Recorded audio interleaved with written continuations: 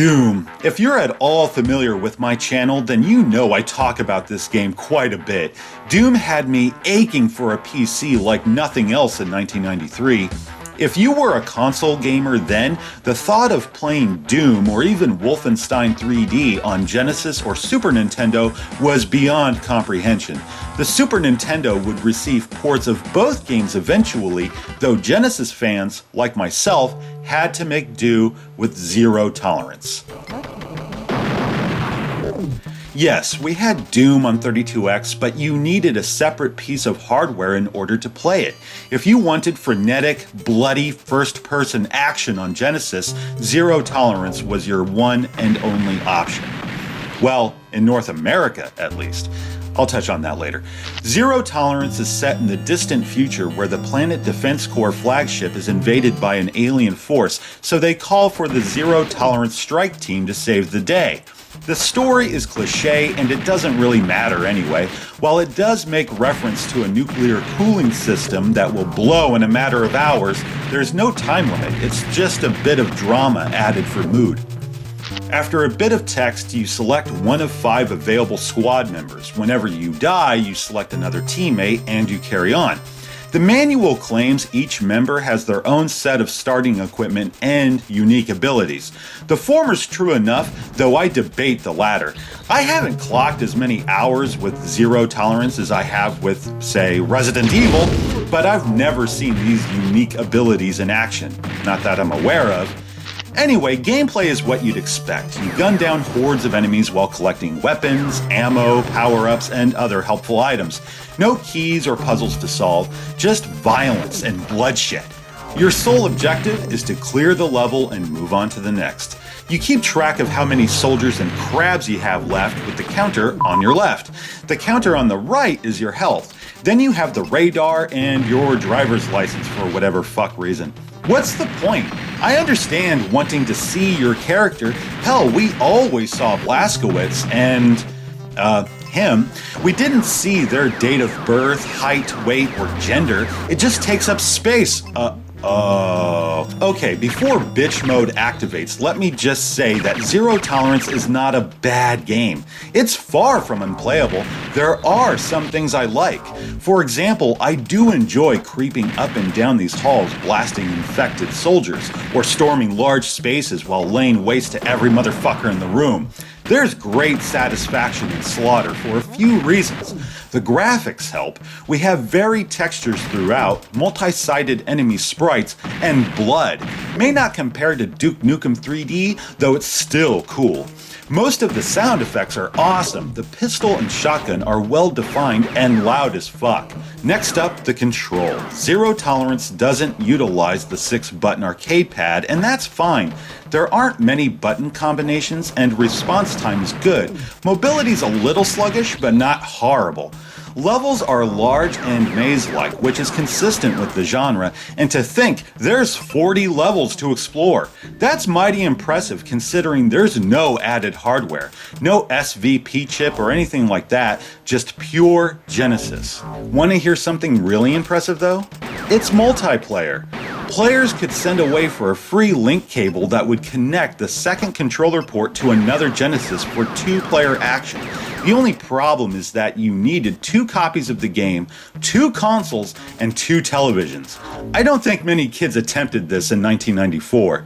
Nowadays, link cables are rarely seen, but there's a tutorial on Sega 16 that shows how to make your own using 2 Genesis cables and electrical tape. Wow! As far as I know, Zero Tolerance is the only game that used this cable, and the multiplayer was cooperative only. You can hurt one another, but it lacks a proper deathmatch setting. In spite of all this neat shit, I do have some complaints. Bitch mode activate.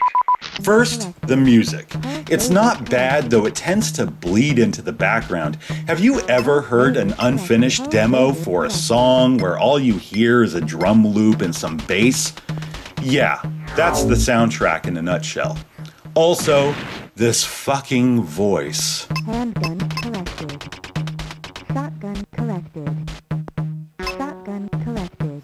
Each and every time I pick something up, this bitch has to tell me about it as if I'm fucking blind. Like, I get it, I picked up some ammo, will you shut the hell up already? It gets old, fast. You know what else gets old? The gameplay. As I mentioned, there's no puzzles or fetch quests to break up the action here. It's pure mayhem, and that grows tiresome after 5 levels. Then again, it wouldn't be so bad if I weren't squinting so damn much. As much as players piss and moan about Doom and its border, this takes the cake. It may not look bad here, but imagine a 20-inch display. Then imagine you're sitting 2 or 3 feet away from it. Try looking at this itty-bitty rectangle then. It gives me a headache. Battle Frenzy came out that same year, and it's nowhere near as obtrusive. Don't worry, I'm getting to that. Ultimately, Zero Tolerance is an okay game. I feel it may have been a little too ambitious for the hardware at the time. If it were made today for the same console, I have no doubt Zero Tolerance would look and play just as well as Wolfenstein 3D. This is no match for Doom, but it's not a complete waste either. If you really love first-person shooters, this may be worth a try. Why the hell not? It's cheaper than I am. Okay, let's talk about Battle Frenzy, otherwise known as Bloodshot for the Sega Mega Drive. While it came out the same year as Zero Tolerance, it never received a release outside of Europe. There is a Mega CD version, though it's nothing special. Aside from the enhanced soundtrack, it's the same game. The story takes place in 2049. Aliens are looking to invade our world or die trying. The Earth Federation Command sends a cybernetically enhanced soldier to board their flagship and destroy it before these bastards reach the big blue marble. It's not that dissimilar from Zero Tolerance in terms of narrative, though its imagery is striking. Looks like it could have been a wicked comic at one point. As an elite Starfleet Marine, you gotta board the ship and destroy these plasma nodes on each deck, of which there are 12. Once you destroy the node, you're given 80 seconds to make your way back to the main elevator before the level's vaporized. Of course, you gotta shoot robotic soldiers and alien creatures while collecting keys that unlock chambers later in the level. Let's discuss the presentation for a moment. At first glance, you may think it's a great improvement over Zero Tolerance. The border doesn't obstruct the player's view so much, which is a huge plus. Enemy sprites and animation look smoother and more detailed. Explosions certainly look better. However, I feel this all came at some cost. First of all, there's only 12 levels, and they're nowhere near as large as those found in Zero Tolerance. In addition, many levels look the same aside from a palette swap. I'm like, hey, it looks like the last 3 levels, but more red.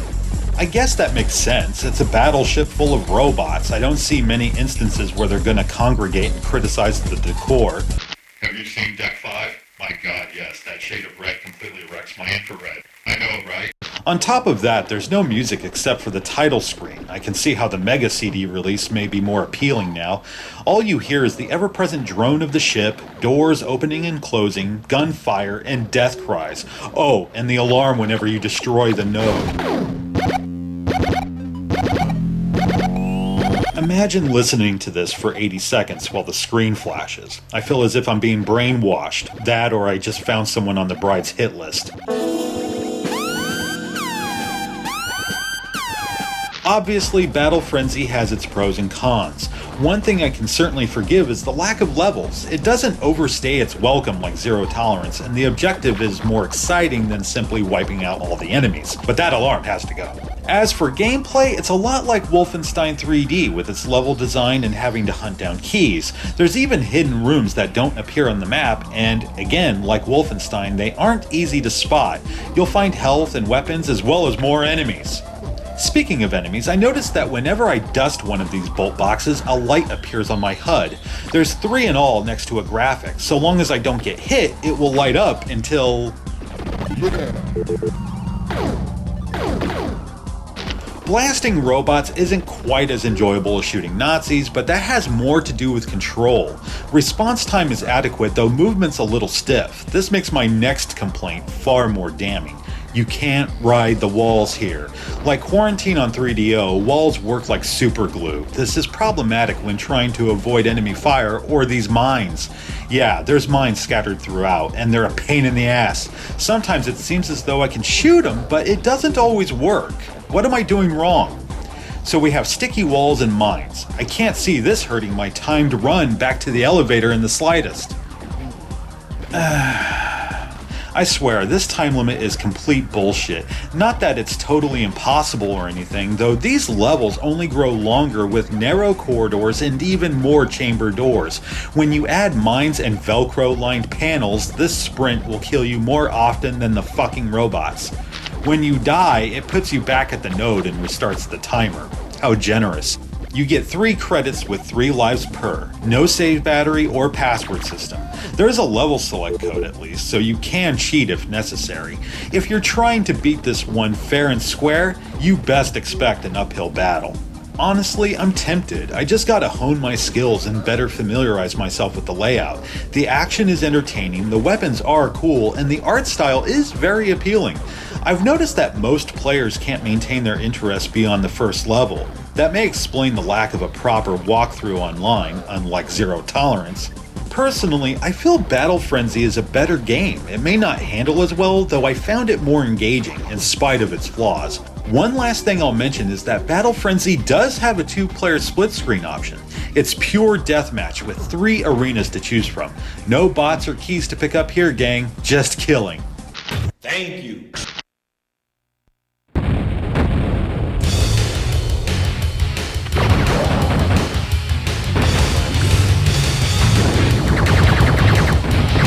Duke Nukem 3D was a hit with critics and consumers alike when he first landed on PC in '96, and why not? Duke's the embodiment of all things badass. That and the game's fun as shit.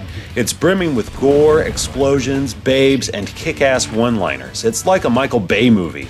That doesn't suck. Anyway, our favorite misogynist found his way to every major platform of the time, like the Sega Saturn, Sony PlayStation, Nintendo 64, and the Mega Drive. I know, right? How could we have missed it? Well, it was only released in Brazil thanks to TecToy, Sega's official representative in South America.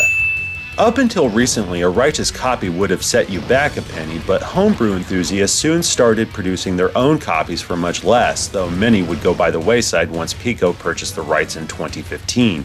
I have both the official Pico release as well as a ROM hack of the TecToy original, courtesy of Fanbrew Games.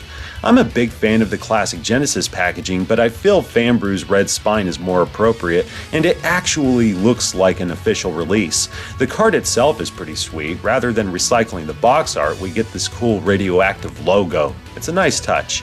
Pico's box art leaves something to be desired. The artwork's really dark, and it lacks the obligatory Genesis logo. Granted, these are nitpicks. Still, I feel they should have put forth more effort. Box art matters, yo. They made up for it slightly by providing full-color instructions. Now this is what I'm talking about. Very, very nice. The games are identical with the exception of the company logos and the addition of a reticule in the Pico version. Before Duke could devastate this 16-bit landscape, many concessions had to be made. First and foremost, only one episode is featured, Lunar Apocalypse, meaning there's only 9 levels, where the original had 3 episodes and 28 levels. It may as well be a demo. Second, each and every level has been simplified to the point where they bear little resemblance to those found on PC. If anything, it adopts some of Wolfenstein's characteristics with flat layouts and 90-degree angles. Large rooms with multiple floors are gone, as are underwater sections. This isn't a hardship now that the jetpack's been done away with, along with the scuba gear. Oh, you remember the shrinker or the freeze thrower and the laser trip bombs? You guessed it, they're all gone. I know, you're probably thinking, damn, did they take his balls too? Wait for it. Third, many of Duke's one-liners are absent. In fact, aside from choosing your difficulty or beating a level, I never hear him talk. Like, ever. You'll certainly hear him scream, though.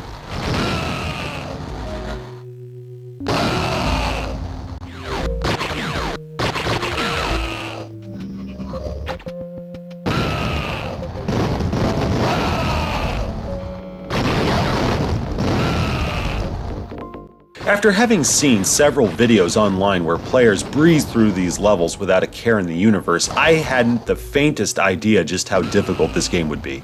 Really, you think Contra Hardcore is tough? You think the adventures of Batman and Robin is harder than frozen piss? In the immortal words of Robin Williams, you don't know shit about fuck, my man.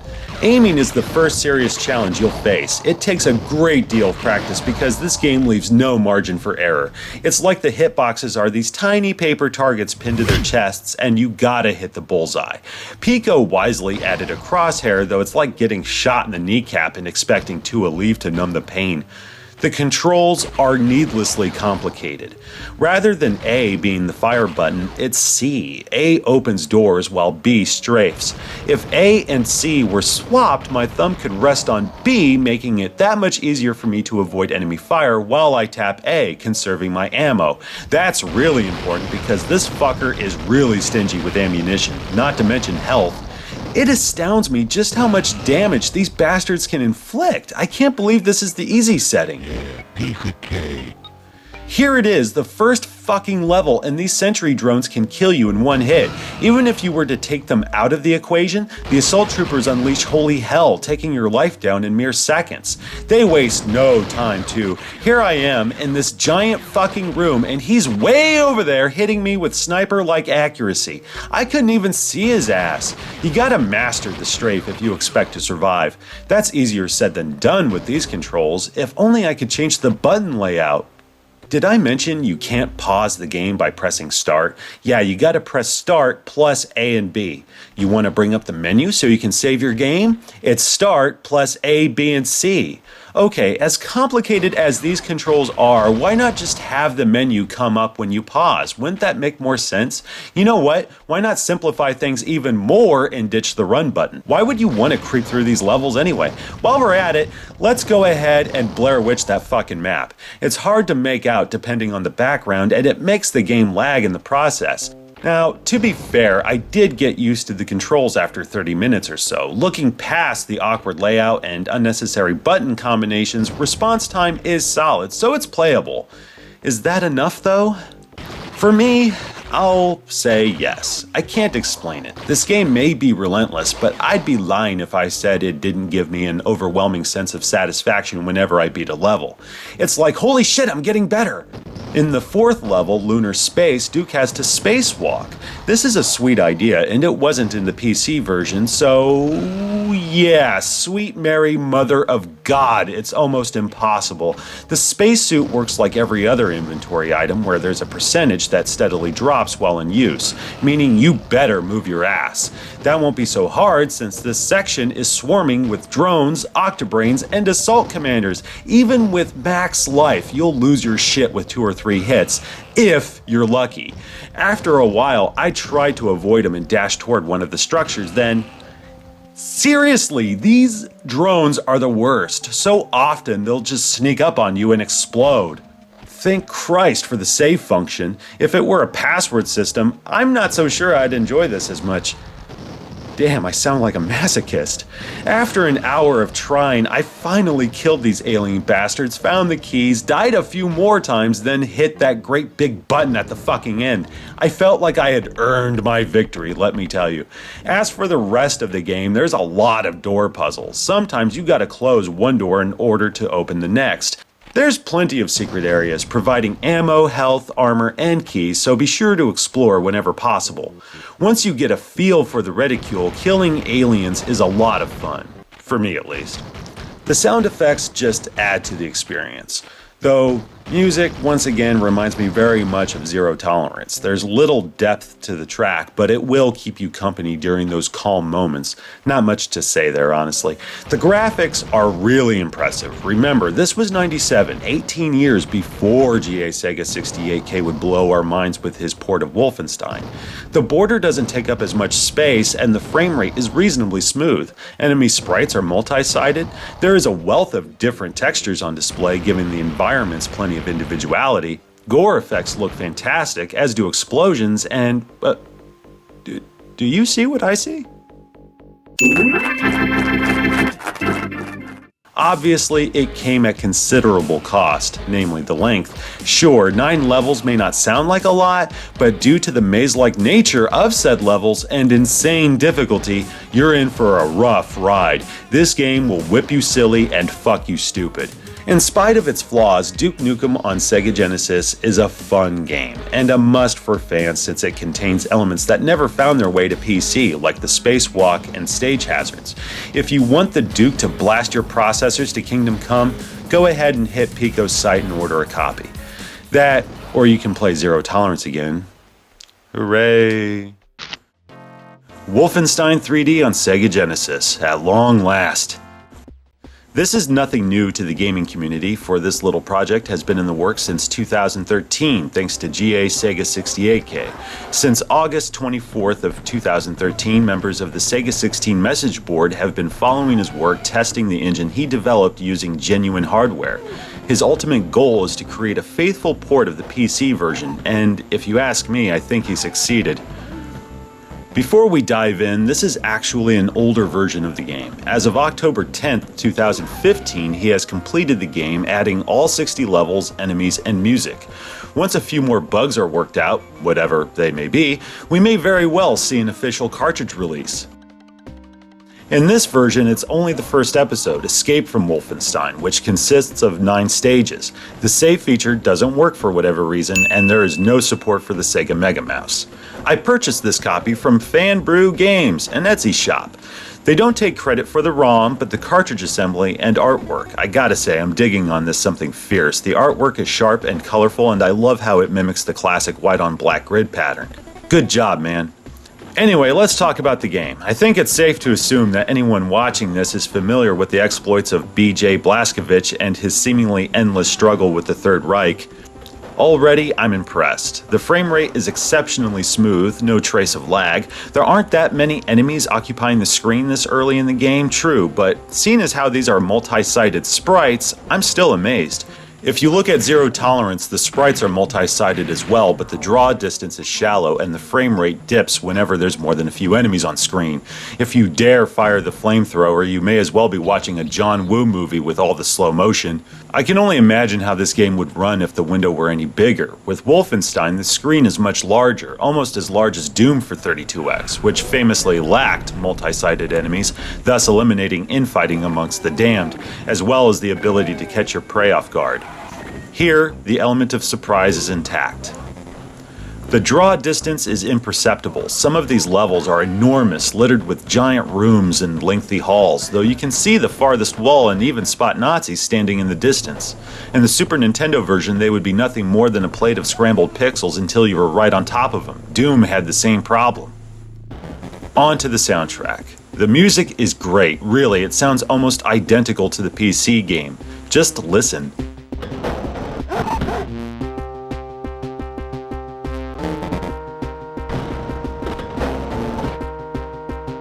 This is an achievement in itself. The digitized speech is truly remarkable. Every grunt and battle cry is here, and clear as a bell, even the faux Wilhelm scream. Of course, the SS soldiers' famed death cry is just as hilarious now as it was in '92. I'm not exaggerating when I say the audio is flawless. How about the control? Honestly, I have no complaints. The classic 3-button controller works just fine, though I prefer the 6-button arcade pad for no other reason than I hate having to remember button combinations. Otherwise, the response time is spot on. To this day, I still hear some fans bitch about how slowly BJ turns, but it doesn't bother me. Firing your gun, opening doors, everything is instantaneous. This is an amazing demo, and to say that I'm itching for an official release is an understatement. I realize I can buy an EverDrive and download the finished ROM, but for me, it doesn't compare to having a righteous copy. I want a real cartridge with a box and instructions. I can't help it, I'm a collector, so sue me. But don't let that keep you from slapping this on your own EverDrive. Wolfenstein 3D is a classic no matter what console you happen to play on, but thanks to a.k.a. Sega 68K, it's a showpiece on Genesis.